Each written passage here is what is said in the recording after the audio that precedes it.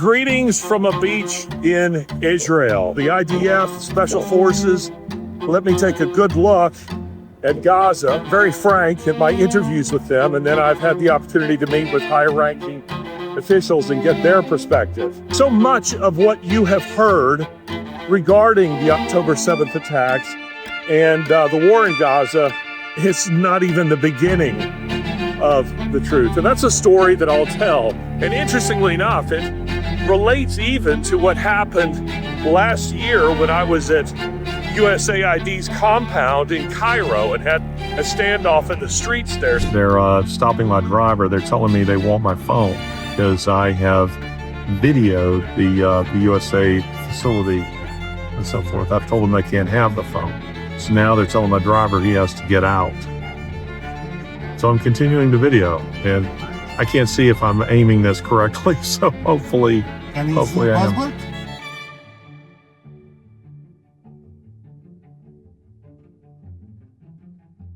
Welcome to another episode of Ideas Have Consequences with me, Larry Alex Taunton. And today I'm reporting to you from beautiful, sunny Southern Europe. It's so lovely here. I'm hearing that it's so cold in so many parts of the United States, and I'm sure it is in Northern Europe. But today in Southern Europe, it's about 60 degrees, and it's lovely. Now, the posse will know that I have been out of the country for about maybe 6 weeks now on a series of research projects. I was at the World Economic Forum where I reported to you from there. I was in Poland, I was in Italy, I was in France, a variety of other places. But perhaps the most important of all the projects that I've been working on is the Israel-Gaza war. Now, the posse will also know that I've said almost nothing about that war. I did do a podcast or two on the background of the war. You can find that, the lead up to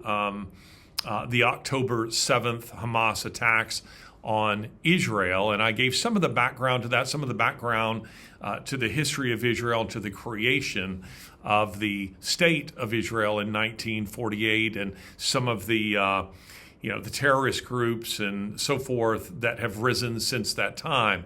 But as for the modern conflict that began on October 7th, 2023, or its most recent iteration, it's been going on for millennia, but its most recent iteration, October 7th, 2023, I've said very little about it. And my reluctance to weigh in on it was due to the fact that I felt I needed more firsthand information. I needed, as we say here on Ideas Have Consequences, I needed to put boots on the ground. And I decided that what I would do is that I needed to go to Israel, and I also needed to go to Egypt. And so I decided to start with Egypt to get the Palestinian view, and well, really to get the Egyptian view of the Palestinians. And if you thought you were going to find sympathy there, you find none. I mean, the getting the Egyptian view on the Palestinians takes all of about a minute. And that can be neatly summarized as this: they don't want any of them. They don't like them. They don't like them at all. They want them to stay right where they are, and they want them to stay right where they are so that they can be a thorn in the side to the Israelis. But they don't want them. They don't want them crossing their border. Sisi has made this very clear that he wants them to stay where they are, and he wants them to have their own state. That is President of Egypt, Sisi, the former general. And that's true of other Arab countries. They have no interest in taking Palestinians. We know this because they've all stated it, quite clearly. Have they taken some? Sure they have, but not very many, and they don't want them for a very good reason, and that's because they don't want them doing in their own countries what they're doing in Gaza. I mean, the Jordanians, kicked many of them out after the 1970 attempt by the Palestinians to overthrow the government. So the same holds true for Egypt. They don't want them trying to overthrow the government. So they want them to stay where they are. So when I went to Egypt, I get this view, pretty quickly. They will all speak of their sympathy for the Palestinians, but at a practical level, they don't have any other than to want to give them weapons and materiel to continue their war against the Israelis because, of course, they hate Jews. And while I was in Egypt, I decided that what I would do is that, because I'd been investigating, again, the posse will know this. Today, what we're doing is we're connecting a lot of dots. So this is a very important podcast that we're putting out here today. I had been investigating USAID corruption. The United States Agency for International Development is supposed to be, kind of the governmental equivalent of Samaritan's Purse, a benevolence organization. But it's been pretty well established that USAID has often been used as a front, both for the CIA and for other more nefarious operations of the United States government.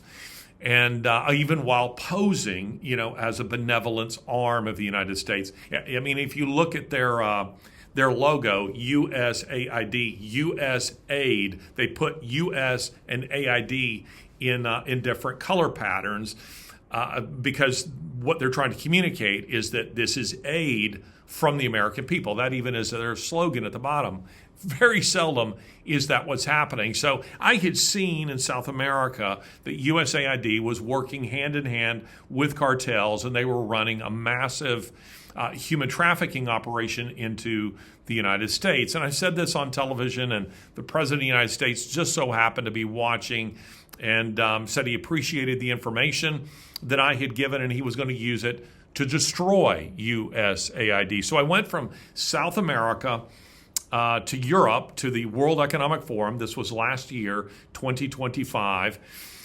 And after the World Economic Forum, I went to Cairo, again, with the war in Gaza as part of the reason that I was there. I was also there to meet with persecuted Christians from other parts of Africa.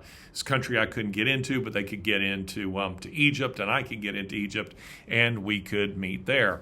And I thought, you know what? I'm going to pop over to USAID and see what's going on there. You see, the USAID compound, and it is a compound, in Cairo, it used to be just an office inside the American embassy.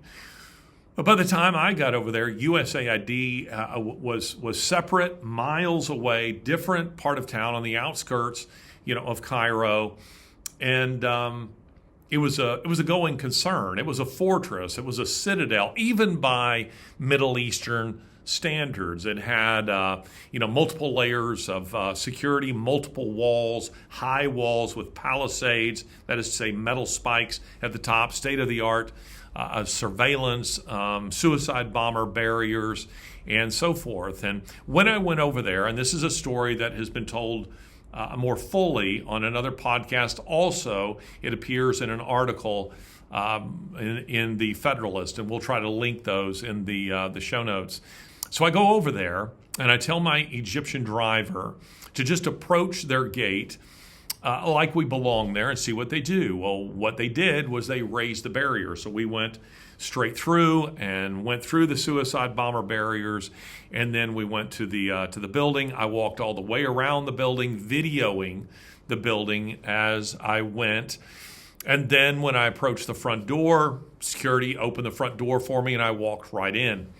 And I said, "Hey, I'm a journalist. I am tracking the activities of USAID, and I'm here to see if you're complying with the President of the United States' order, his executive order to shut down." And by this time, Trump had. So between that interview that I gave in South America, where I supplied the President of the United States with information about the corruption and human trafficking of USAID, they already knew that USAID was corrupt. They only knew because Doge was at that time very active, and Elon Musk, but they only knew that USAID was funding things like Naked Twister and in Africa, and transition surgeries in the Galapagos Islands and those kinds of things. And so I wanted the president to know, no, it's way worse than that. They are the ones who are running all of these people into the United States.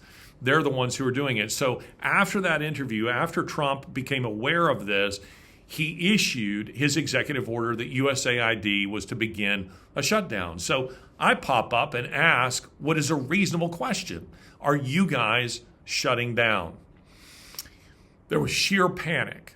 Now, the result of the panic would cause a Streisand effect of the entire thing. It would be blown up, and it would lead to congressional meetings and the House Oversight Committee asking me questions about what was going on there. They wanted intel from me about what was happening there, when really what they should have done to avoid the Streisand effect would have been just to say, well, you didn't have an appointment and there's no one here to give you an interview, so sorry, and send me away. But that isn't what they did. I could see fear on the face of this particular guard. And this is one of those kind of situations, by the way, that I was describing it to my wife afterwards. It's one of those kind of things where you've just kind of had to be there. It's like your wife coming home and telling you there was a man stalking her who had ill intentions. And you say to her, well, did he say he had ill intentions? No, he didn't say that.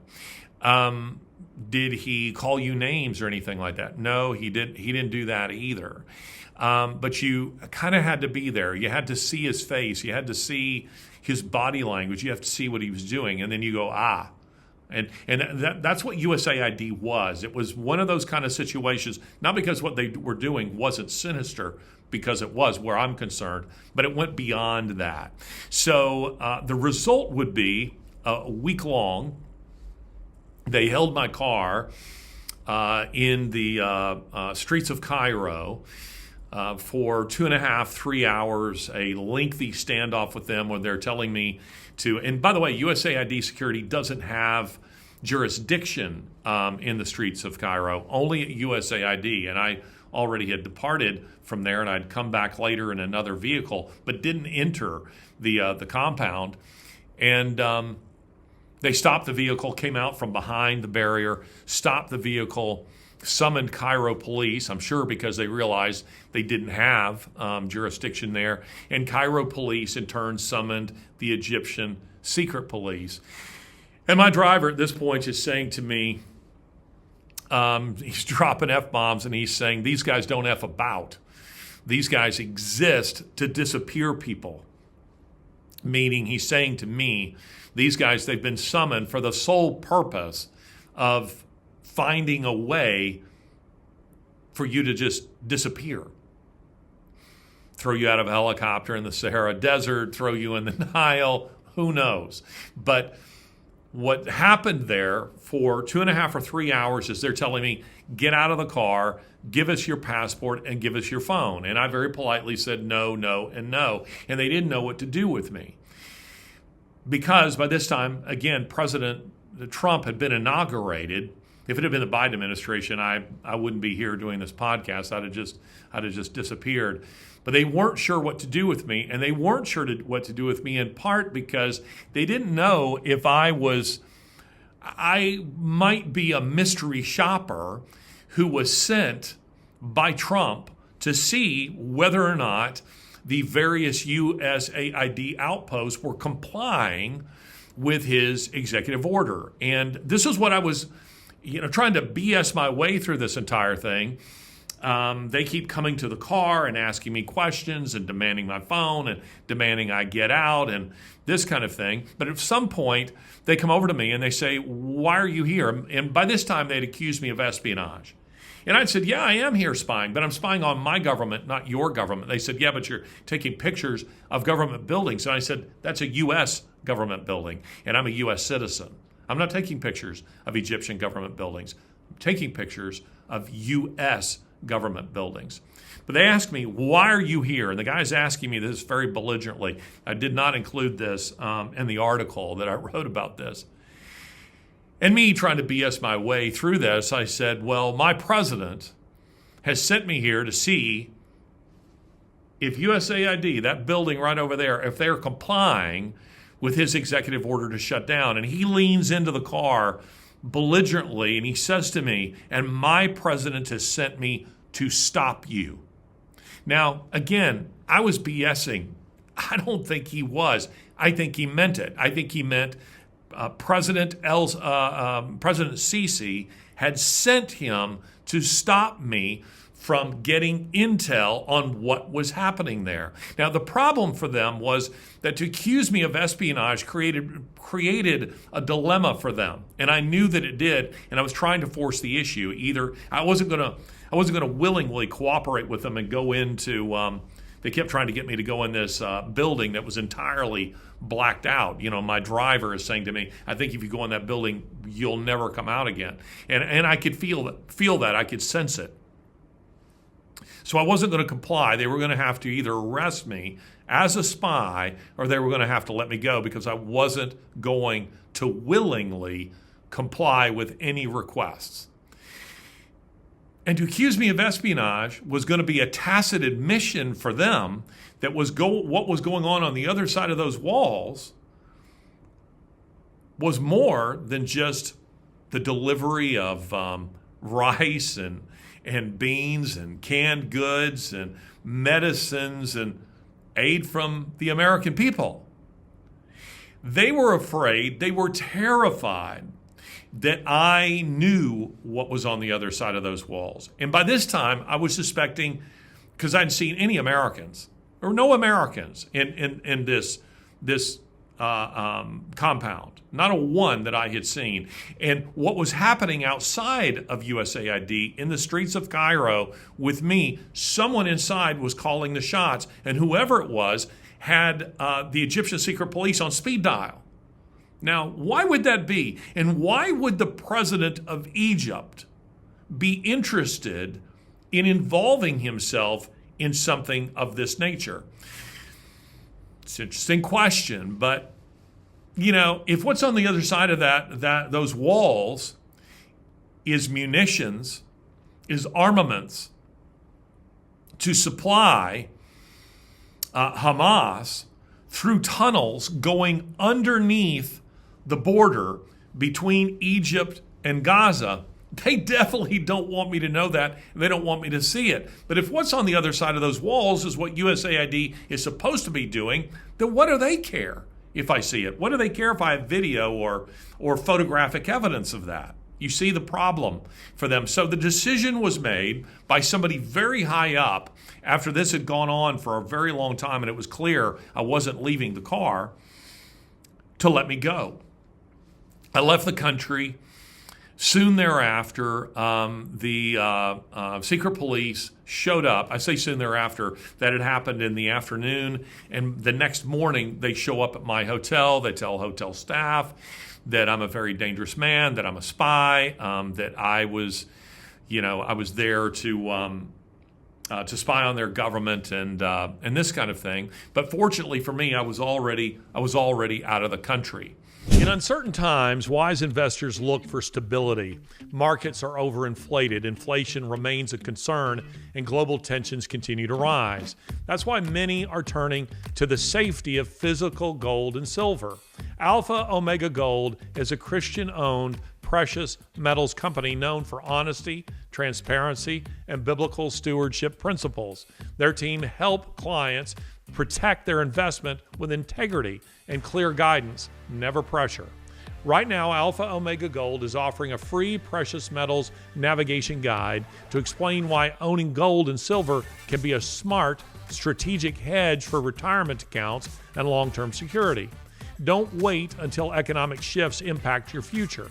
So today, go and visit www.ao.gold/IHC or call 855-4AO-GOLD. That's 855-426-4653. Call today to learn how simple it can be to secure what matters most. Now, what does that have to do with what's going on in the war between Israel and Gaza? Well, everything. I knew at that point that I had to go to Israel. I needed to go to Israel to get, as Paul Harvey might say, the rest of the story. What was going on? What was happening there? But what you'll notice is, since I was there, I've talked a lot about USAID. I talked about that event But I haven't talked about the war in Gaza. I've been quite silent on that for the last year. I've said maybe nothing, actually. And that was because I was waiting. I was waiting until I could get to Israel. But by the time I got home, after that event happened at USAID Cairo, I get home and 19 men in full body armor with fully automatic weapons, AR-15s, surround my home in the dead of night. And this became a major incident. This was something that I did interviews with CNN and Fox News and on and on and on, because my surveillance cameras captured this in 4K. And you see these guys walking around pointing their weapons into my home. Now, this was a classic swatting incident. These were not terrorists. These were terrorists who were using local law enforcement as proxy assassination squads. They did this. It's the cheapest form of terrorism. It's the cheapest form of killing people.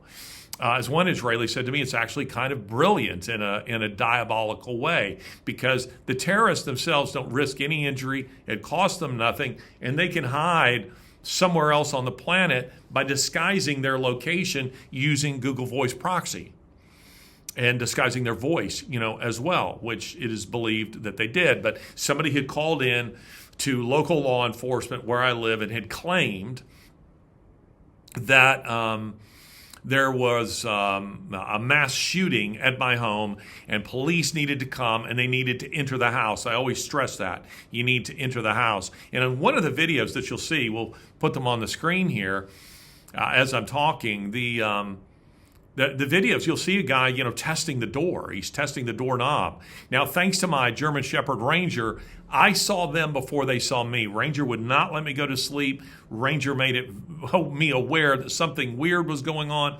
I thought maybe he was hearing, an animal outside or a dog, or that he needed to go to the bathroom. But then I know Ranger pretty well.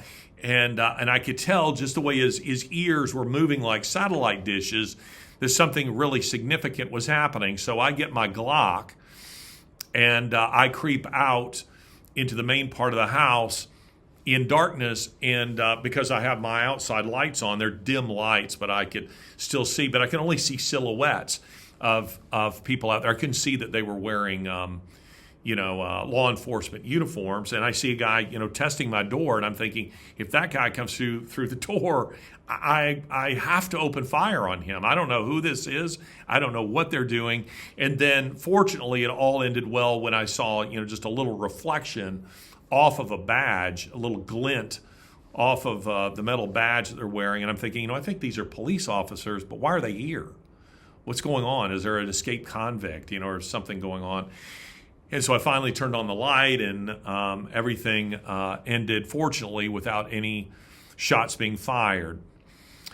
Now, are those two things related? Is what happened in Cairo related to what happened some weeks later when I get home and these men show up at my house with the clear intention of swatting is to get people killed? They don't care if police get killed. They don't care if sheriff's deputies get killed. They don't care if your wife or your children get killed. Ideally, they want you to get killed. In my case, me get killed. But are those two things related? Possibly, possibly not. But the Israelis thought this seems more than just a little coincidental, that this would happen. So a year later, now I go to Israel, and to be honest, I wasn't dying to go. I wasn't excited about heading there, and in part because it's just a lot of travel, and it's a lot of money, and it's exhausting, and I wasn't even sure what kind of interviews and access I was going to get. None of that was very clear to me before I departed for Israel. Nonetheless, I went, and fortunately, doors began opening for me. And I want to say this from the outset, that while what I saw in Cairo was an effort to prevent me from seeing anything and was an effort to disappear me, it was an effort, there's no question that their intention was to kill me. None whatsoever. And of course, there's none whatsoever with the swatting incident. That's what that's about. In Israel, there was no effort to steer me away from particular places or questions or topics. I could ask whatever I wanted, and I, within reason, could go to the places that I wanted to go. And I wanted to have meetings with high-level members of the Israeli government, with the IDF. I wanted to go to Gaza. So those were things that I wanted to do, and I wanted to do them because I wanted to get a better understanding of this situation, because I feel that I have there's a moral responsibility in the way I talk to you and essentially teach you about these kinds of things. And I don't want to go off ill-informed. I want to supply you with truth, because the purpose of Ideas Have Consequences is obviously to show you the consequence of ideas, but the purpose of Ideas Have Consequences is to help you navigate an increasingly complex world, to help you see the world through a biblical lens. I'm a Christian. I want to be really clear on that. I make no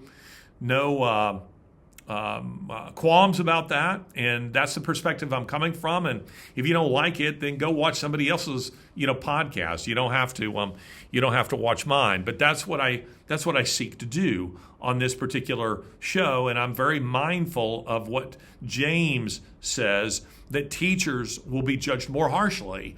And that's because you have a moral responsibility in the manner in which you go about guiding people. It doesn't mean that James not saying that if you're ever wrong, you're going to go to hell. That's not his point. His point is that if you are maliciously misguiding people, or you're doing it just because you're lazy, then there's consequences for those kinds of things. So I take that injunction very, very seriously. And hence, for me, I just really felt like, yes, I've been reading books and I've read much about them. Yes, I've been in Israel before and I've been in the Middle East multiple times, but I haven't been there since this war started. And I need to interview people. I need to see for myself what is happening there. And that's because that provides you with context that you otherwise just simply don't get. I cannot tell you the number of times I've taken people, with me abroad, and will say to me, I've heard you talk about this, or I've heard you talk about that, Larry, but to hear you talk about it while we're looking at it, while we're seeing it. Now let's just take, let's just say we're talking about Mycenae, where it's said that, King Agamemnon, once reigned, and the Trojan Wars, began from there, according to the Iliad. It's different going there. And I can teach you the literature, I can teach you the history and the speculation, but it's one thing when you see it. It's one thing to teach you about the pyramids and speculate about the manner in which they were built and what their purpose was, and the Middle Kingdom or Old Kingdom or New Kingdom. I could talk about all those things, but it's very different to go to the plains of Giza and go, oh my gosh, there they are. It changes your perspective. And so going to Israel, I knew was going to be pretty important, and going to Gaza, I knew was going to be very, very important. But again, bearing in mind what was going on at USAID Cairo, I believed that what was happening there, and the Congressional Oversight Committee had asked me to offer them some testimony, which I did by phone with a room full of people, who are asking me questions. And I just want to point out, when the United States government, federal government officials, congressmen and women, are asking you, in this case me, just your average American citizen, what is going on at a United States government federal agency, that's problematic. I mean, it's problematic when federal government officials don't know what's going on in a federal agency and are relying on me for information about what was going on there. But I felt like their response to it was, we have a rogue agency. But they already knew that. They just didn't know what was going on there. And I'd offered them, the speculation that, hey, look, I know there's this idea, this belief that USAID, which is a $50 billion a year organization prior to its shutdown, and you had Democrats who were arguing that there should be no oversight with that money. They should be able to kind of do whatever they wanted to do with it, which is a pretty startling kind of argument to make. But I think that the way people saw USAID was they thought, most people, the USAID, you have a single person, sitting at the top, say Samantha Power, and then beneath that, you have all these different outposts, USAID, offices spread all over the world, and this person is calling the shots for everything that's happening down here.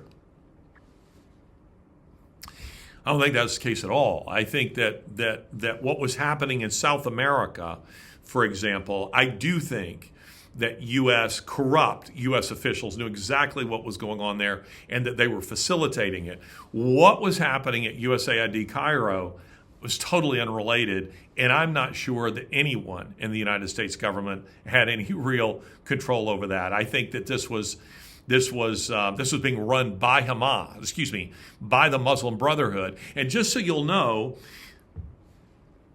guess who the Muslim Brotherhood's military wing is? It's Hamas. So you see, the Muslim Brotherhood, which is historically based out of Egypt, here they were, in my view, running a USAID outpost as a forward operating base for moving weapons, for moving materiel through tunnels from Egypt into Gaza to facilitate war against the Israelis. Now, is it likely that these things were all being done without General Sisi's, the Egyptian president's, knowledge? I don't think so. Now, if you were to type in Sisi and the Muslim Brotherhood, you probably are going to find on a search engine a lot of articles saying that Sisi has repressed them, and that has happened. That the two hate each other. That there has been much conflict between the two. But I think there's more to that relationship than meets the eye, because the likelihood that Sisi didn't know this was happening when Egypt's border with Gaza is only 7 miles. The Israeli border with Gaza is 40 miles. But the Egyptian border is just 7. And the idea that the Muslim Brotherhood could be running materials into Gaza through desert country where holes are pretty easy to spot without the general's knowledge, and indeed without his complicity, is highly, highly improbable. So before I arrived in Israel, I was at the World Economic Forum, and guess who was there too? General Sisi was there. He had been invited by the World Economic Forum heads to come and talk about the issue of the day, which was, of course, the Palestinian issue, the crisis in Gaza and the alleged genocide, which is complete nonsense, by the way, but we'll come back around to that particular question. And Sisi, when he was speaking there, I thought, boy, this guy's clever, because he began by talking about the Palestinian issue, and also by talking about the fact that not the reality, but he was giving music to the ears of WEFers, World Economic Forum members, in saying that Egypt is committed to sustainability goals. It showed that the man was very devious. One look at the Nile, which is full of human waste and non-biodegradable waste, and you know that the Egyptians have no interest whatsoever in sustainability goals. Zero. But it told me in hearing him say that, it told me that Sisi's a clever guy. He knows how to work a room full of first world billionaires who want to hear that. Do-gooder, kind of stuff. And then he went on to talk about how supplies need to continue, humanitarian supplies need to keep making their way into Gaza. That needs to happen, and that pressure should be placed on the Israelis to prevent a genocide. Now, I think the Sisi was as good as his word in this regard, because I think he's allowing it to happen from Egypt. That's what he's doing. So he's not a dumb guy. Now, when I get to Israel, again, I have a conversation with higher ups in the Israeli government. But the first thing that I was given was a lieutenant colonel, highly placed in the retired lieutenant colonel, now highly placed in Israeli police force. I kind of had sort of a one-on-one press conference with him where he gave me, on his office wall, a PowerPoint presentation on the October 7th attacks. Now, almost everything that you're sharing with me is public these days, but you're seeing it, you're hearing it from an Israeli perspective, and I've just asked question after question after question, and this probably went on for, I don't know, maybe 3 hours. Now, the way that October 7th, 2023, the Hamas attacks on Israel are generally portrayed in the United States, in the West, as it's portrayed as a kind of one-off, terrible, Charlie Hebdo-like terrorist attack on a Woodstock-like music festival, the Nova Music Festival, where there are all these young people out there, kind of rave party sort of thing, listening to bands and sleeping in their tents, this sort of thing, when Hamas comes in on, paragliders and kills some people and takes some hostages. And gosh, it was terrible. But Israel's response to that is disproportionate, because this was something that was perpetrated by a small group of terrorists, and it was an isolated event. That narrative is utterly false. October 7th was an act of war. And what happened at the Nova Music Festival, awful as it was just one of 50 sites that were attacked on October 7th and for the next 50 hours. So October 7th was an act of war. Guess how many people were involved? No Israeli war game had countenanced the possibility that Hamas would invade with more than, a few or possibly several dozen terrorists.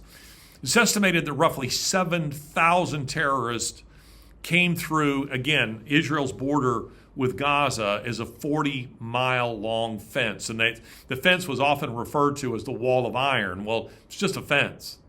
It's just a fence. In fact, Egypt's fence, Egypt's wall with Gaza is far more intimidating than is the Israeli one. Of course, as we now well know. But Hamas, on the night of October 6th, as they were preparing their attack, the Israelis, believed something was coming, but they didn't know that it was going to be anything of this scale. Roughly 7,000 Hamas terrorists, many of them trained Nukba fighters, that is their elite force trained by the Iranians, came through no less than 109 breaches along the entire fence.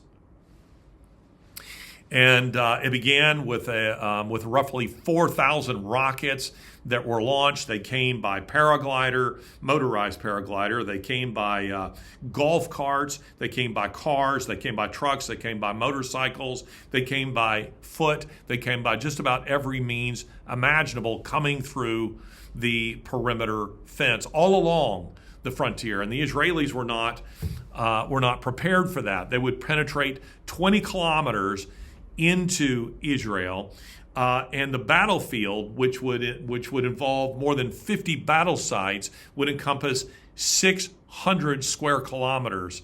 So it was huge. So again, this was an act of war.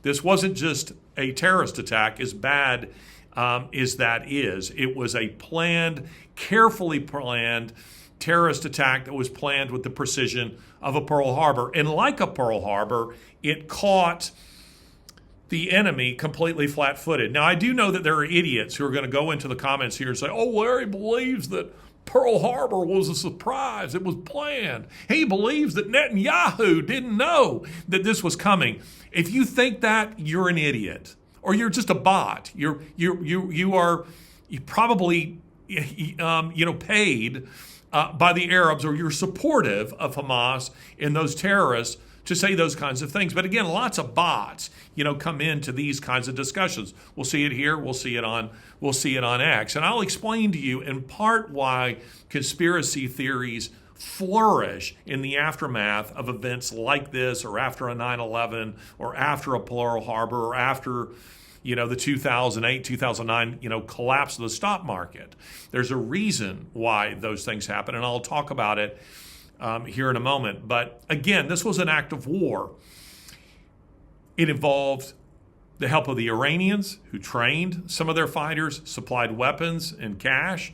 The Chinese supplied weapons and vehicles that came through tunnels from Egypt. That undoubtedly is what was on the other side of those walls at USAID that I had kind of, stumbled upon.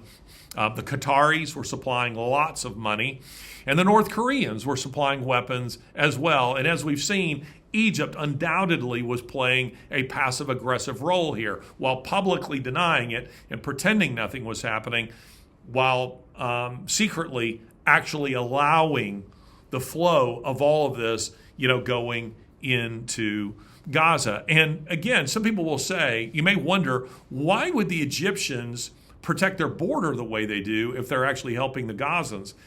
Well, that's because there are two separate policies that are at work here. Above ground, they don't want any Palestinians, as I've told you. As Sisi himself has said, we don't want them.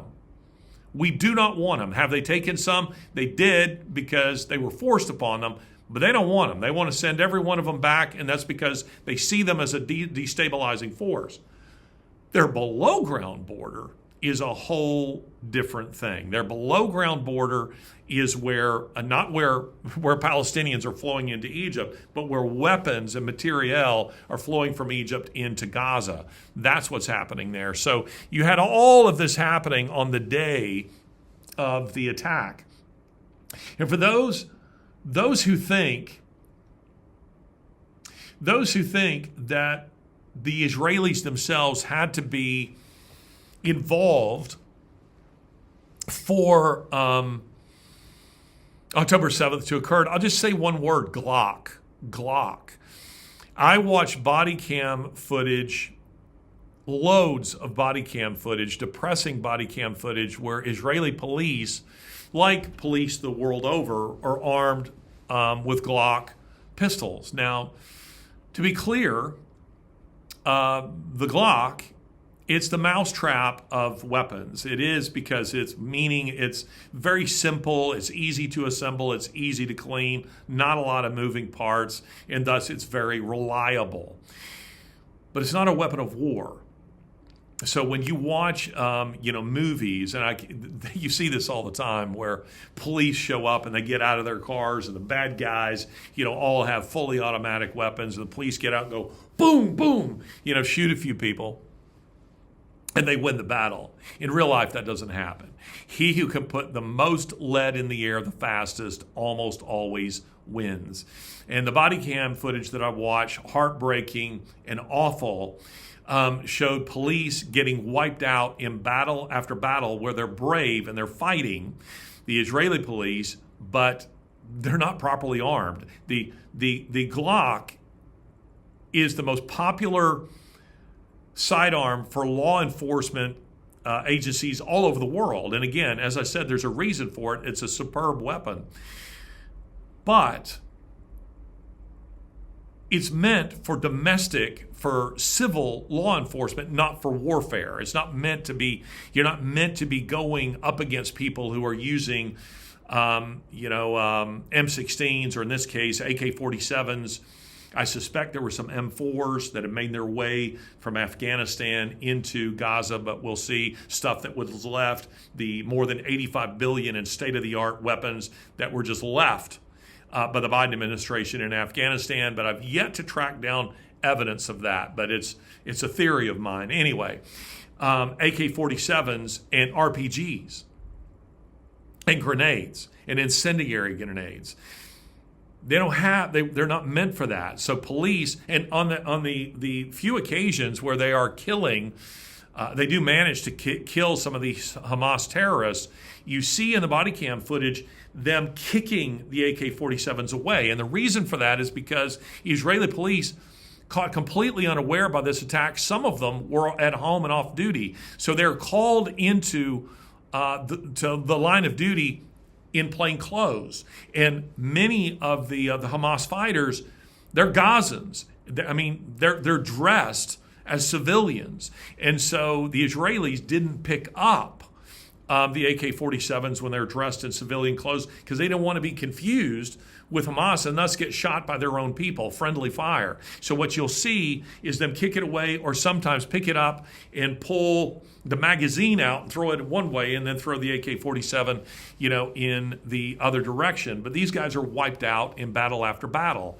And roughly 50 of them were killed that way, 58, and then 264 law enforcement officers were injured in the line of duty. So, think about that.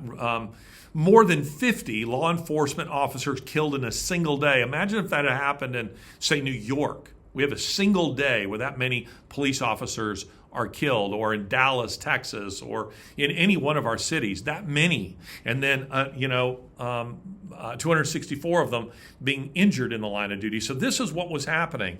Now, a lot of these Hamas fighters, they were carrying with them Qurans and verses to reassure them that what they were doing was all part of Allah's will. To reassure them. And Yahya Sinwar, who was the Hamas leader and planner of the October 7th attack. By the way, you look him up.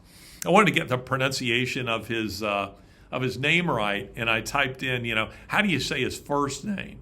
And I won't get it exactly right, but it's like Yahya, something to that effect. And the little YouTube thing that tells you how to say that first name right says, Palestinian politician Yahya Sinwar. Politician, my ass.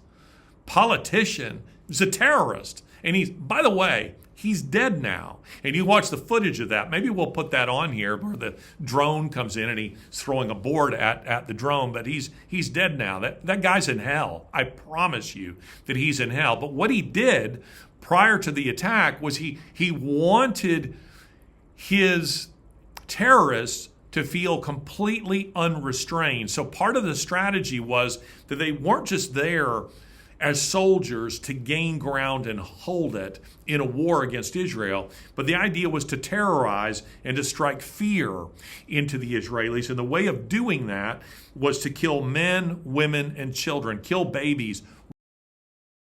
It's Allah's will. You guys can go and do that. Now this episode will be suppressed. I'm told that if you use that word that it gets suppressed on YouTube. But anyway, YouTube's been doing that for a while to us.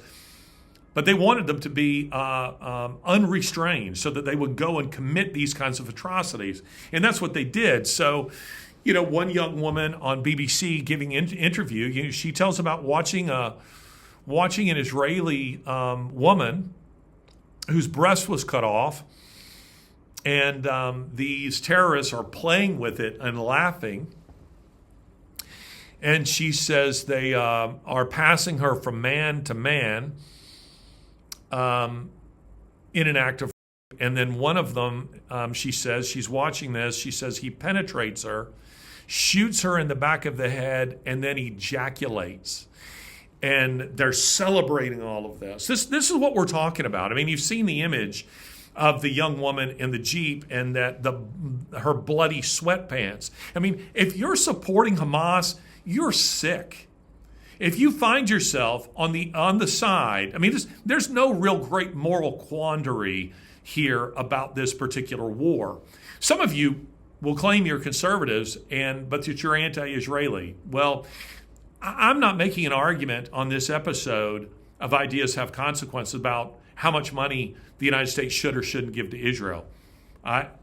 That's not a topic I'm addressing today. I'm not addressing the nature of our support for Israel. Rather, what I am addressing here is what is morally right and wrong. And I want to be clear, I'm not a dispensationalist. So I don't buy into a lot of the theology that some do, that in the end times, I know this will make some of you mad. I don't want to make any of you mad, because I think your belief and what I believe aligns with what is morally correct in this particular moment. But my father-in-law and I, he was a very strong dispensationalist, a very fine man.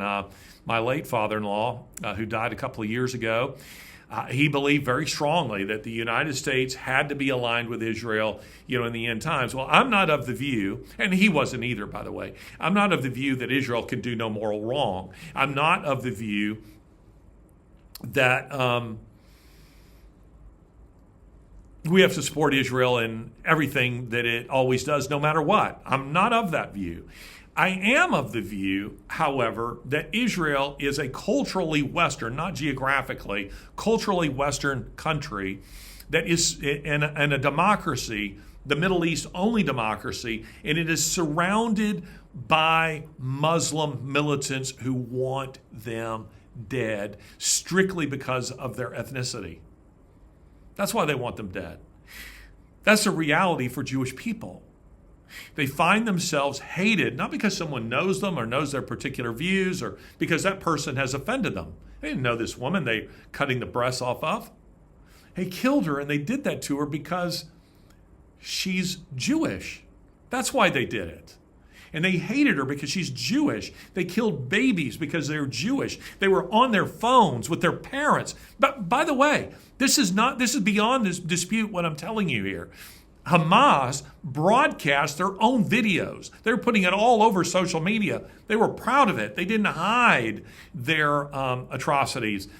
On the day of the attack, Al Jazeera, which Americans are not aware of the size of Al Jazeera. Al Jazeera dwarfs any Western media company, any of them. BBC, CNN, CNN International, dwarfs all of them. Al Jazeera Arabic, on the day of the attacks, gave a live feed of the attacks because they knew that most people within their audience of 450 million would like it, and did. So what I'm telling you, this is not fact. These are facts that you can't dispute. Some of you will, because you're liars and because you like to obfuscate, and you want to create a lack of clarity on moral truth. But what happened here was evil. And so was Israel's response in going to war in Gaza disproportionate? No. It's an act of war. Is Israel responsible for getting humanitarian aid in there? I don't remember the United States sending humanitarian aid to Germany or Japan until after the war. And Hamas can end this war anytime they want. Every single death in Gaza is on Hamas. Every single one. It's not on the Israelis. It's on Gaza. It's on Hamas, who are deliberately putting their headquarters and people around schools, around mosques, around hospitals, things of this nature, because they want to put the Israelis in a bad light and portray them as committing a genocide. That's not what's happening. October 7th, so that you will understand, October 7th could not have happened without the complicity, without the compliance, without the people of Gaza providing and keeping a very valuable secret. They all knew. They all had to know this was coming. It's a little bit like the final solution in Germany, and people saying they didn't know. Well, of course you did. Maybe you didn't know the scale of it, but you knew it was happening because you knew your neighbors were disappearing. Of course you did. And in the same way, the people of Gaza knew that this was coming. They knew something big was coming. So police themselves wiped out. And another agency that was involved in this is UNRWA. That's the United Nations Relief and Works Association, agency. And UNRWA has been well established, is riddled by members of Hamas. Indeed, some of their members participated in the October 7th attacks. And yet Western media still cites UNRWA, which again is an agency of the United Nations. If you've ever observed the work of the United Nations anywhere, you know they're corrupt. You know they're incredibly corrupt. And they are an open participant, partisan in this particular war. Now, they claim they aren't. We're just here to provide relief to the poor people of Gaza. Go into a simple search of their tweets on October 7th. You will find not a single reference to the suffering of the people of Israel. You'll see not a single condemnation of Hamas on that day. You will find condemnation after condemnation after condemnation of the Israelis retaliating. And by the way, they were retaliating. But if you just see the UNRWA Twitter feed, and they tweet a lot, you would get the impression that the Israelis initiated the war. They didn't. They didn't initiate the war. Hamas did. And, you see, I was watching a video yesterday of a member of Hamas saying that he wanted to put a suicide vest on his baby and send it to Israel. Think about that. And then you have somebody like Tucker Carlson and his bizarre interaction with Ambassador Huckabee, who annihilated him in that discussion, and where Tucker is interrupting constantly and trying to change the subject, and he trying to bully, and then he selectively edits parts of the interview and puts it out on social media so as to make Mike Huckabee look wrong. What is going on there? Well, part of this is spiritual. I do believe that there's a real spiritual battle that's going on here between good and evil, but there's also an effort to obscure the facts. There's an effort to obscure the facts, and part of the reason for that is because there's been two huge changes in recent years as it relates to the way the West processes these events. The first is that while the Arab world has never found their Benjamin Netanyahu, that is someone who, Netanyahu lived in America for a very long time. He was frequently, I can remember when I was in high school, seeing him on Nightline or shows of that type at that particular time. And Netanyahu, because he lived in the United States for a very long time, was educated in part in the United States. He understands America and he understands Americans. And he knows how to relate to them. And he's charismatic and he's very good on his feet and he's good in debate. So while Muslims have never found their equivalent to him, they have learned that they can buy universities, that they can buy newsrooms, that they can buy podcasters. I know a lot of speculation about people like Candace Owens and Tucker Carlson and now Megyn Kelly, some of the things that she's saying and doing. Are they bought? I have no idea. But what we do know is that those opinions have shifted. And they're a very sudden kind of shift. And that raises some very interesting questions, because these are people who have, for quite some time, been regarded as staunch conservatives who saw Israel as the cornerstone, the foundation, really, of America's Middle Eastern policy. Now, all of a sudden, they're going in the other direction, and they oddly find themselves arguing on the same side as Ilhan Omar, on the same side as Hamas, on the same side as jihadists, If you find yourself on that side of the aisle arguing, A, you're not a conservative, and B, your moral compass is broken. If you're on the side of Mondani, you're on the side of, suddenly his name's gone out of my head, the little mayor of London, Saqib Khan. You are in the wrong moral, ideological neighborhood. And that's where they are now. They're de facto apologists for jihadists. That's what they've become. So that's one of the things that they've learned. They haven't yet found their very clever and articulate, charismatic spokesman, but they have found that they can buy influence in the West, and they can do it through buying universities, newsrooms, podcasters, and armies of bots that'll appear in the comments section here. Second thing that they have learned is they've learned to play the game in the West by using socialism as a Trojan horse in which they hide jihadis. Ilhan Omar is a jihadist. She's not a socialist. Mondani, he's not a socialist. He's a jihadist. Saqib Khan, not a socialist. He's a jihadist. Not by the way that he's posed as a socialist per se, but you understand that he says all the right things. But what they're doing is they're facilitating a rapid change of the culture through open borders and by nibbling away at the West's support for Israel. So Israel has long kind of taken for granted that American support would always be there. And now all of a sudden that support has changed, and it began changing most of all during the Obama administration and then the Biden administration. Now, how so with Biden? Well, because Biden was playing both fireman and arsonist.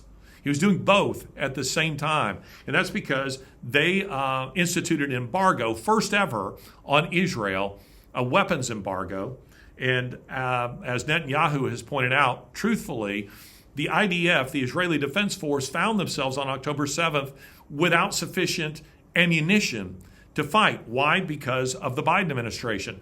But the biggest thing that the Biden administration did, and this is key here, the Biden administration, following a policy not too dissimilar from the open borders policy that was forced upon the American people, the Biden administration, prior to October 7th, the years prior to October 7th, put enormous pressure on the Israelis to issue thousands of work visas to Gazans, to allow them to cross from Gaza, cross the border into Israel and work. Netanyahu, while prime minister, when this policy, this pressure first came, he refused to do it. But the two prime ministers who followed him issued them by the thousands, so that when Netanyahu returned to office in December, I think it is, December 29, I think is when he was sworn in, December 29 of 2022, he was presented with a fait accompli. 20,000 Gazans had work visas and were coming back and forth, sometimes daily, into Israel. And what were they doing? They were hiding weapons. They were gathering intel. We know that some of the kibbutzim, the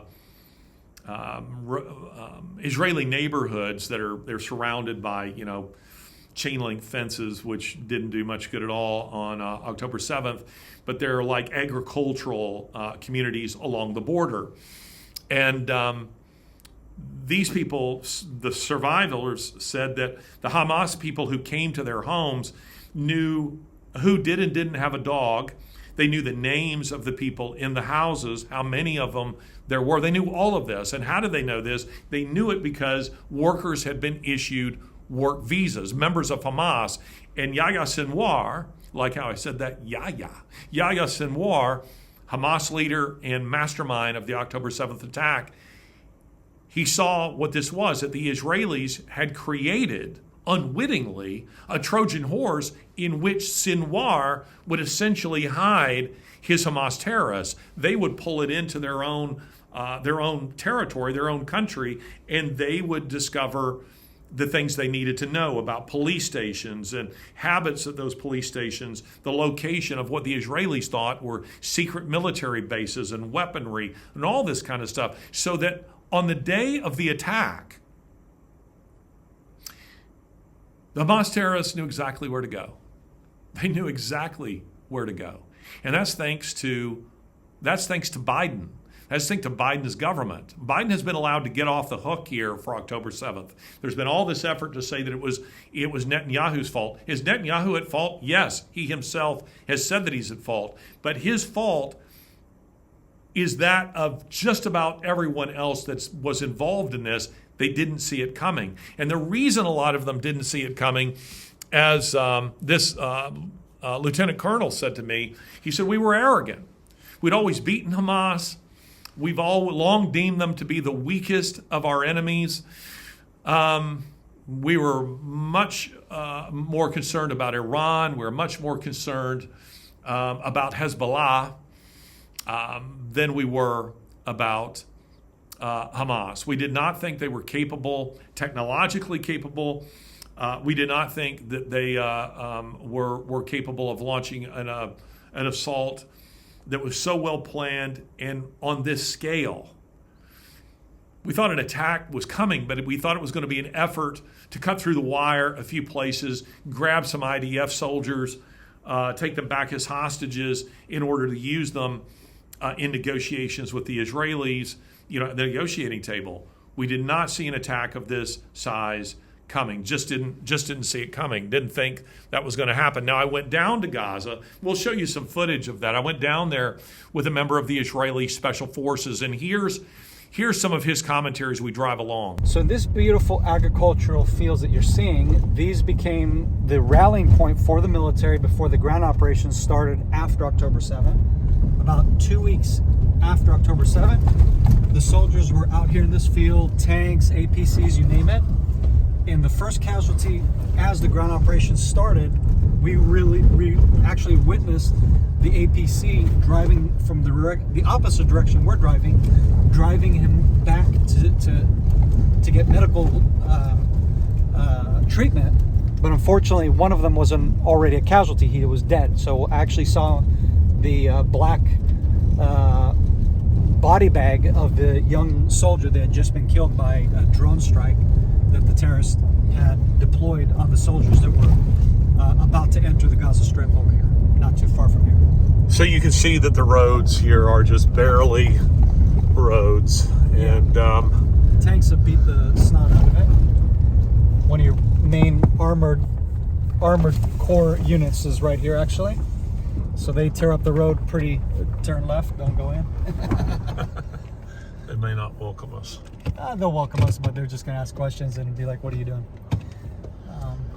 And I'll just say, I am not related to anyone in Hamas. There's no kinship. So up here you're going to see the parking lot for the soldiers that get deployed, right? So this is like the rally point where a lot of them will get together or meet up before they basically will get onto a vehicle that will take them into operations in Gaza. So this is one of the main nerves that you enter to carry out missions, but it's also where the terrorists actually breached the border and came into Israel. And that's what you're seeing here is one of the border crossings. So the fence is literally, the security fence is just past here, about 50 meters or so. So we're not yet in the video that you've just watched. We're not yet at the Gaza border fence, but we're awfully close. And we're on the battlefield of October 7th. So he's pointing out where this happened and that happened. And then we get down to an IDF checkpoint. And when I get there, you have a couple of IDF soldiers who are there. And, I tell them I'm a journalist. I want to continue on to the Gaza border fence. And she kind of gives me this look. She spoke perfect English. She kind of gives me this look that says, if you're game, I'm game.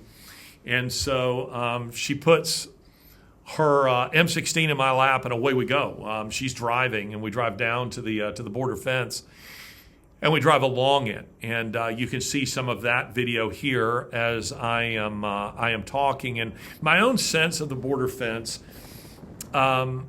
is that it's vast, and it's still vulnerable, and it's still not sufficiently defended. And that is because these days, we're moving ever increasingly into drone wars and robot wars and technological war, that the Israelis believed they were safe because they believed the so-called wall of iron, as they called the fence, which has sensors underground and above ground and all these surveillance cameras and drones that are flying overhead. And they believed that they were safe technologically, that that's what was going to save them.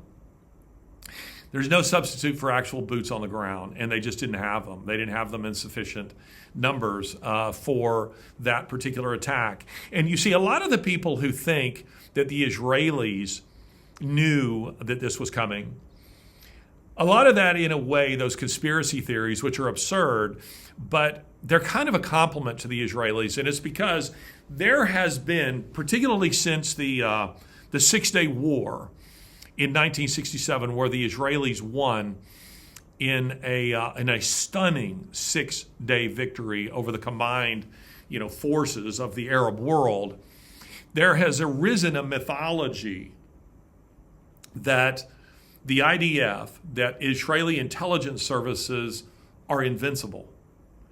And a lot of people believed that mythology, so that even after October 7th, that mythology has lived on, and it's lived on in conspiracy theories because people believe that since the Israelis are invincible, the only way that this attack could have happened is if the Israelis themselves knew and pulled back and allowed it to happen. Not true at all. As a lieutenant colonel himself said to me very critically, he all the way through this presentation that he was offering, his compliments to Hamas were numerous, not from a moral point of view, but in saying that their planning had been superb, in saying that they knew exactly what they were doing, in saying that they probably succeeded way beyond what they thought they were going to succeed, and hence the reason they didn't dig in their positions, consolidate their forces, and get reinforcements, because they weren't anticipating having that much success. But you see, probably the biggest success of Hamas was in a day Hamas destroyed the mythology of Israeli invincibility, at least with everybody except for the conspiracy theories who think, no, they are invincible. It's just that, they chose to let this happen to themselves, which, of course, they didn't. But we're driving through the battlefield. This young IDF woman takes me down to the border fence, and while we're down there, we get out of the vehicle so that I can inspect a little bit more closely, and then an IDF artillery round strikes nearby, and an IDF, they use Fords, interestingly enough. Ford F-350 drives by, and the guy in it is looking at us pretty carefully, and she says, we got to get out of here, because I think the watchers are a little confused by us being in such close proximity to the border fence, and we don't want to be confused with Hamas. And of course, as I'm watching artillery rounds, hitting nearby, I'm thinking I don't want to be confused with Hamas either. And so we then left. The last hostage. Yeah. And now we're disarming Hamas from their weapon and clearing Hamas, basically. The military is, yeah. The military, yeah. They're not doing it on their free will. Yeah, that's a part of Trump's plan.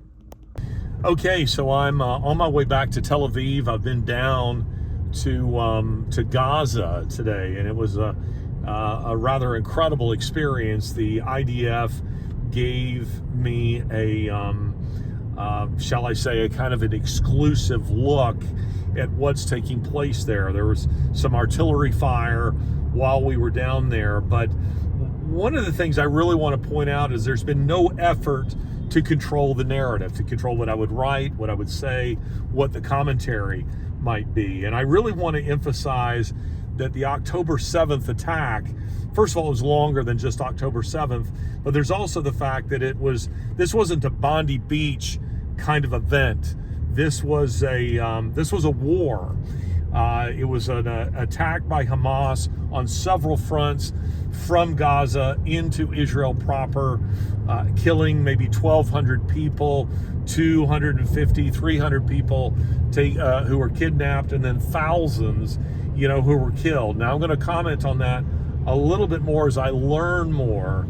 But the situation in Gaza is so different than the way our media is reporting it. So stay tuned on my way back to get some dinner. The fence is about 40 miles long, and to me, there's insufficient distribution of forces along that border fence. And I'm reminded of a maxim of Frederick the Great, who said this. He said that he who would defend all defends nothing, because border defenses are longer than available troops can defend. And that's what very much came to mind when I was looking at, the size of this. I mean, it's not the Texas border, but Israel is a country of 10 million people. So this is really a massive border that you're seeking to defend from an enemy that is obviously, or can be, don't know if they are anymore, but well supplied and well trained, and they just choose the spot through which they are going to attack. Now, let's come back to this idea that the Israelis knew the attack was coming. I'll say the answer to that is yes and no. The Israelis were meeting all the way through the night. The higher command was meeting through the night, and they even informed divisional commanders and the southern outposts. But that didn't get down to the brigade and battalion levels. I mean, they didn't wake anybody up and say, hey, there might be an attack coming. Instead, and nobody informed the prime minister that they had some concerns until after the attack had begun. And what that tells me is this. It tells me that they had mild concerns that something might be coming, but they didn't know what. And you see, Sinwar, this was clever on his part. He was constantly faking, giving the impression that an attack might be coming, and then there wouldn't be one. So his strategy was to lull the Israelis to sleep. That's what he wanted to do. And so the night before the attack on October 6th, SIM cards, Israeli SIM cards, were lighting up all over Gaza. And that they knew was, often Hamas would do something like that to turn them on and to test them, to see that they're working, and then to shut them off, so that if they go into Israel, they can communicate. They can communicate with each other, and they communicate back to Gaza. But, some point to that and say, well, they should have known the attack was coming. On the exact same date, the year before, SIM cards lit up in Gaza. Again, not quite as numerous, but a lot of them. And so when there were those people in these meetings saying SIM cards are lighting up all over, an attack might be coming, someone else can easily say, well, but they've done this before, and nothing came. And there were others who were saying, I don't think an attack is coming because the rumor is that Sinwar and Hamas, they're enjoying the Qatari money that's flowing into to Gaza. They don't want war.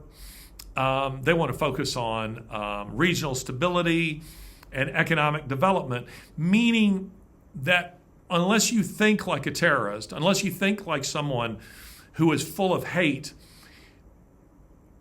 we're always inclined to think that they're not completely full of hate, and that at the end of the day, maybe they are rational and reasonable, and that they don't want war because there's nothing that benefits them in doing this. Prior to World War I, and this is an analogy that I use here to help you understand this. Prior to World War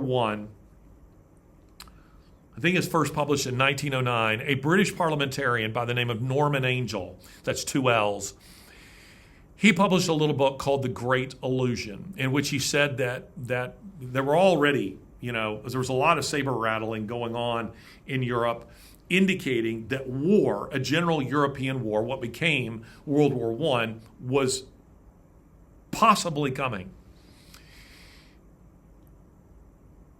An angel said, a war between the powers of Europe is very unlikely, and it's because our economies are so interlocked. As Barbara Tuchman put it, they're like a pile of jack straws.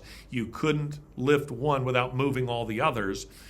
They're so interlocked that no one can win. There can be no winner in a general European war. So no one who's rational is going to start a war. Now, that kind of argument assumes, of course, that you're dealing with people who are all rational. And as we well know, in war, frequently you are not. It also assumes that people will always act in their best interests, and often they do not. Maybe most of the time they do, but not all the time, particularly when it's driven by emotions as strong as hate or love. Those are emotions that can cause us to act irrational. That book of Norman Angels was a bestseller all over Western Europe and in America, everywhere except Germany. And that's because the people of Germany were reading another bestseller. And that book was written by a former chief of the German General Staff by the name of Friedrich von Bernhardi. And his book was titled Deutschland und der nächste Krieg. I'm sure my pronunciation is terrible for those of you who are in Germany, but it means Germany in the next war. Germany in the next war, where he was saying that Germany must fight and defeat France, that Germany must assume her place in the sun among the great nations, that fighting and warfare are noble. He was urging conquest. So you see, it wasn't that evidence wasn't there that World War I was coming.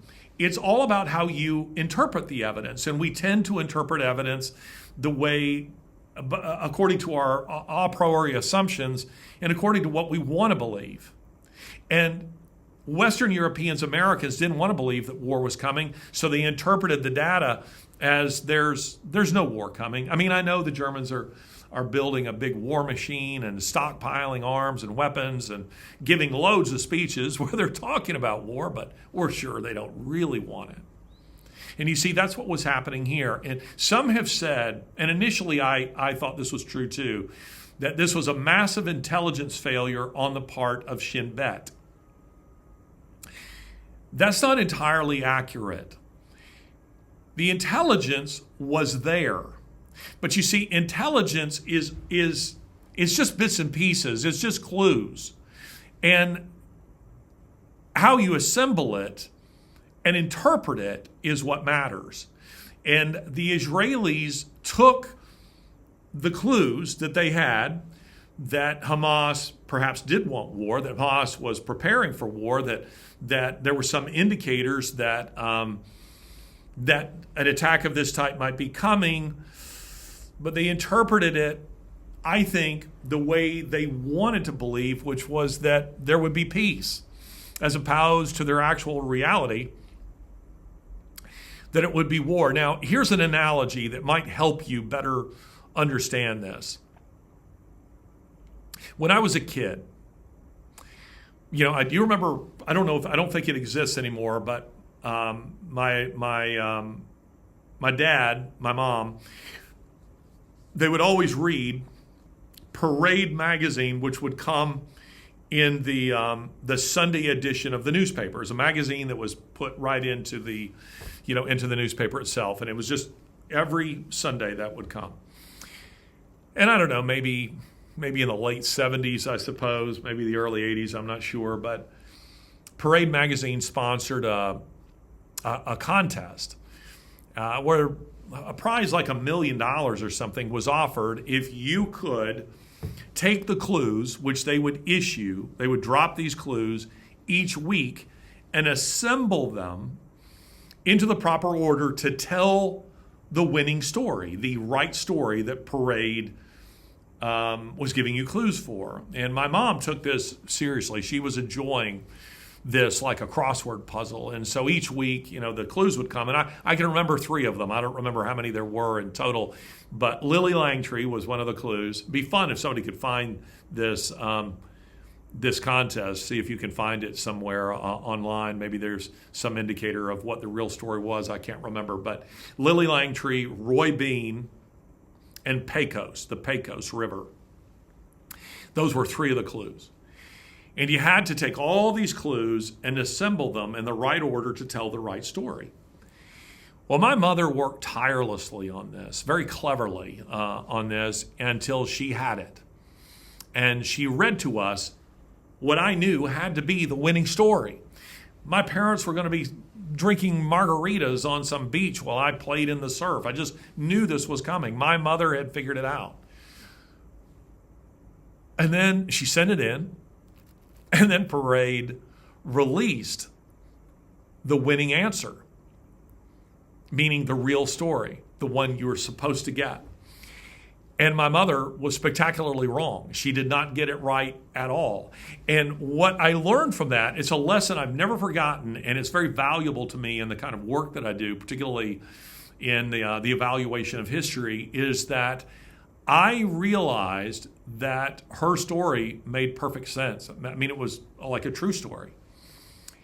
But I also realized that the evidence could be arranged in a variety of ways to tell lots of true stories, lots of compelling stories. And that's the way intelligence is. Intelligence works like that.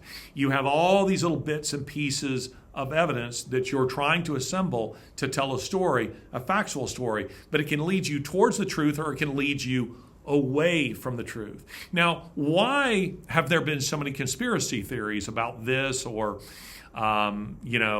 September 11 or Pearl Harbor? The reason for that is simple. Think of a magic trick. How many times nowadays you used to have all these magicians who reveal, online the way tricks are done. And a magician reveals to you how he causes someone to levitate, or, how he makes, a pigeon disappear, or how he pulls a rabbit out of a hat. Once he shows you the trick, it's always obvious, isn't it? I mean, once you've been told, you're like, oh, wow, that's obvious. And sometimes we can even convince ourselves that we kind of knew it all along. I mean, you didn't, but you like to think that you knew it all along because the answer is often so obvious. It's so clear. I mean, I knew that's what he was always doing. That woman wasn't really being cut in half, and that rabbit wasn't really down in that hat. What happens in the aftermath of 9/11s and Pearl Harbors and stock market crashes and October 7th is that people are retrospectively omniscient, because they look back and they can assemble all of the data in all the clues in the right order and go, well, see, it was obvious. I knew it was going to happen. Well, if you knew it was going to happen, where were you on October 6th? Where were all of you strategists who supposedly knew the stock market was going to crash? Or all you people who knew Pearl Harbor was going to happen? I mean, you didn't. Don't lie to yourself. Don't lie to us. All of a sudden, what happens in the aftermath of these things is there's suddenly all of these online sleuths and strategic geniuses who claim they knew. It's so obvious, can't you see? Well, you can see now the way you can see the way a magic trick was performed, because it's been revealed to you. So you don't even pay attention to the to the sleight of hand and to the distractions, the pretty girl standing over there meant to draw your eye away because the magician was doing. You don't pay attention to any of that stuff anymore, because you now know the way the trick is performed. And you look back retrospectively and you see SIM cards lighting up, and you see threats made, and you see intelligence telling us this, and this, and you can assemble it all in the perfect order. And so all of a sudden you look really clever. But the fact of the matter is, the IDF wasn't invincible. Shin Bet, not invincible. And the authors of a book that's a very interesting book in all but its conclusions is a book called While Israel Slept. It's worth reading, but one of the arguments that those authors make is that Israel, as I've said, relying on technology and defense, they point out that Israel ignored human intelligence, that they didn't have any insiders within Hamas to inform them of what was happening. They had people in Gaza who could give them bits and clues, but they didn't have anyone on the inside with Hamas to tell them that the attack was coming. So what they had were bits and pieces, that the leadership was going to ground. That is, they were going into a bunker on the night of October 6th, but they'd done it before. So we'll be ready for them because we always are ready for them, and they can't beat us because we always beat them. Except on this occasion, they were very well prepared. So the myth of Israeli invincibility was shattered on that particular day. And as the IDF commander himself said to me, he said, we were arrogant. We were arrogant. We were sure that we would beat them. And he pointed out, and I think this is a very good point, and one that was made by those high-ranking members of the Israeli government, that leftist policies, that is DEI type of policies within the IDF and within the intelligence communities had weakened Israel's defenses. So lefty policies, just like in the United States, open border, not quite open border, but open border-ish policies had weakened Israel. Those things had a very real effect. Now, what's happening online these days, where you're seeing so many people who are pushing all these conspiracy theories, in part, this is again because the Arabs have learned how to play the game.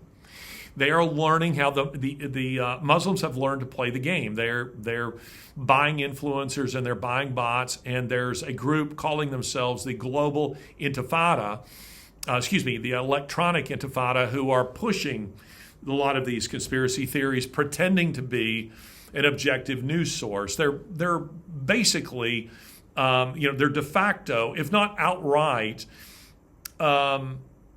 sponsors of Hamas or sponsored by Hamas.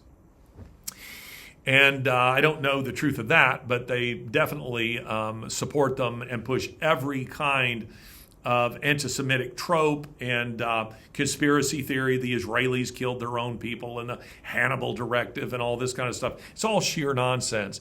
Don't buy into that. But again, those kinds of things spawn in the absence of truth. So people love them because it helps in their minds to make sense of something when they can't make sense of it. And I also think, unfortunately, many Israelis would prefer to believe that some of these conspiracy theories are true because the reality that the IDF wasn't ready, that Israeli intelligence did not interpret their information properly, is far too more frightening, because that means that Israel is far more vulnerable and remains very vulnerable. But you see things like this. It is obfuscation of moral questions. So, for instance, you see all these articles about quote-unquote baby beheading hoax. Did Hamas really behead babies? That was announced in an Israeli press conference. Did they really behead babies? Wikipedia has devoted an entire page to the baby beheading hoax, as if this was all really funny and as if October 7th was just a big joke. Just kidding. I liken it to this. It would be like someone running a story or having a press conference in which they said that the Manson family, so-called, mutilated Sharon Tate. And then all of a sudden, podcasters and groups like this, Electronic Intifada, and people on social media, Western news media begin saying, well, now, did they? I mean, is it right to accuse the Manson family of mutilating her. I mean, it's important. Did they mutilate her? Are you telling the truth? Did they do that? Now, the fact that the Manson family stabbed her 16 times, hanged her while she was still alive, and smeared pig with her blood on her white front door is for them beside the point. The question is, but did they mutilate her? You see, that's what this whole baby beheading thing is about. I mean, did Hamas actually chop their heads off, or did they just blow them off? There's a quiet admission in these discussions that there were Israeli babies, Jewish babies, that didn't have heads. But the question is how the heads came off. I mean, how did that happen? I'll say this about the Hannibal Directive, which is brought up. The Hannibal Directive was created by the Israeli government because, well, for lots of reasons, moral and practical. The Hannibal Directive is designed to give law enforcement, or IDF, judgment, to use their own judgment in hostage situations to determine whether they want to fire on a terrorist or not. So it's giving to them the discretion to make that choice. And it's because Israel knows that when hostages are taken, that by Hamas, this isn't the ransom of little red chief. We're talking about how, I mean, a lot of these hostages who have come back, they said there's no innocent people in Gaza, and they talk about how they were regularly, even men talk about this. I mean, that's what we're talking about with these sick kind of people. And they talk about being starved, about being beaten, about all the things that were happening to them while they were in custody, while they were being held as hostages. So the Hannibal Directive was issued and had existed for a very long time that gave IDF and police discretion regarding that, because me personally, I would think, I don't want to be taken hostage. Blow holes right through me and kill him. Kill us both. Don't let him drag me down into some hole where I'll spend years and years who knows what happening to me down there. And my family suffering. I prefer my family know I'm just dead. And also where I can be used to hold a whole country hostage. And that's what's happened with many hostages. So that's what the Hannibal Directive was about. So there's been some discussion, was the Hannibal Directive given, and did the Israelis kill all their own people? Well, no. And the kind of argument that, that is, the Israelis didn't kill, hundreds of their own people, has been alleged. But again, even that is an acknowledgement that Hamas was killing a lot of people. Were some people killed in friendly fire? No doubt, probably on both sides. This frequently happens. Then there's the old stand down order thing. The Israelis were told, the IDF was told, in a kind of, you could call it, I suppose, a stand down order, not to enter into Gaza. And in many instances, we're told even to kind of stay back from the fence because they thought there's going to be an effort to capture hostages. And so some might interpret it in that kind of way. But you must understand that in the early morning hours of the attack, the Israelis were caught completely off guard by the scale of the attack. So there was a lot of confusion. And as this IDF, during my tour with Special Forces and IDF, they're pointing out to me surveillance towers that were knocked out, communications towers that were knocked out by drones on the day of the attack by Hamas. That's how well this was planned. I do want to end with this. Let me say a little something about Mr. Sinwar. Mr. Sinwar had spent more than half of his adult life in Israeli prisons for killing, I think, 12 people. I think he confessed to killing 12 people, one of whom he poured boiling oil over his head, mutilated several people. He was a murderer. Even while he's in custody, he's kind of laying out his plan for what he wants to do to Israel because he hates Jews. He just wants to kill Jews. While in Israeli custody, he began having fainting spells and headaches. So the Israelis took him to a specialist. It was discovered that he had a brain tumor.